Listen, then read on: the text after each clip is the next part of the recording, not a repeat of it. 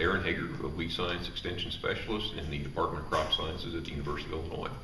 And the presentation that we made this morning here in Nashville really was trying to describe some of the challenges that farmers in the Midwest are facing with respect to different types of resistance in different weed species. And in particular, the one that we tend to focus on quite a bit in Illinois, for example, is the resistance issues we have with water hemp, and especially some of the challenges that resistance not particularly to just one herbicide family, but unfortunately, as we have conducted some surveys over the last 2 or 3 years, what we fear is happening is that the more common scenario is going to be populations or individual water hemp plants that demonstrate resistance to more than one herbicide family. So really reducing the number of options that farmers would have, especially if they're growing soybean varieties that are either non-GMO varieties or glyphosate resistant varieties.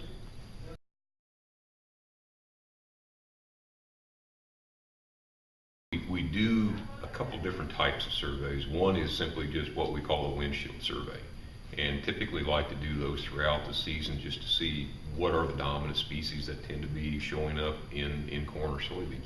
And then also toward the end of the season to see which types of species might actually have survived throughout the season. We really don't know for sure with that sort of a anecdotal survey, if you would, anything about the potential resistance profile of the weeds that we see. We're just simply trying to say, okay, which ones do we typically are seeing the most of, thinking, well, if they're really the ones that are able to make seed going into the next growing season, we may see even more of those. But the other type is actually surveys that a colleague of mine runs, Dr. Tranel, with some molecular biology techniques. And these are ones where we actually get samples submitted to us from farmers or retail applicators. And he screens these populations or these samples for resistance to at least 3 different herbicide families. And based then on the samples that we get and the outcome, we look at the results and then try to map throughout Illinois where are we seeing these instances occurring, and really to what types of herbicides, whether it's 1, 2, or 3 different types of resistance do we begin to see happening. And look at these results both at the population level or the field level, for example, so how many different types of resistance might be in a field, but also look at it at the individual plant level and how many different types of resistance might actually be occurring in a single plant.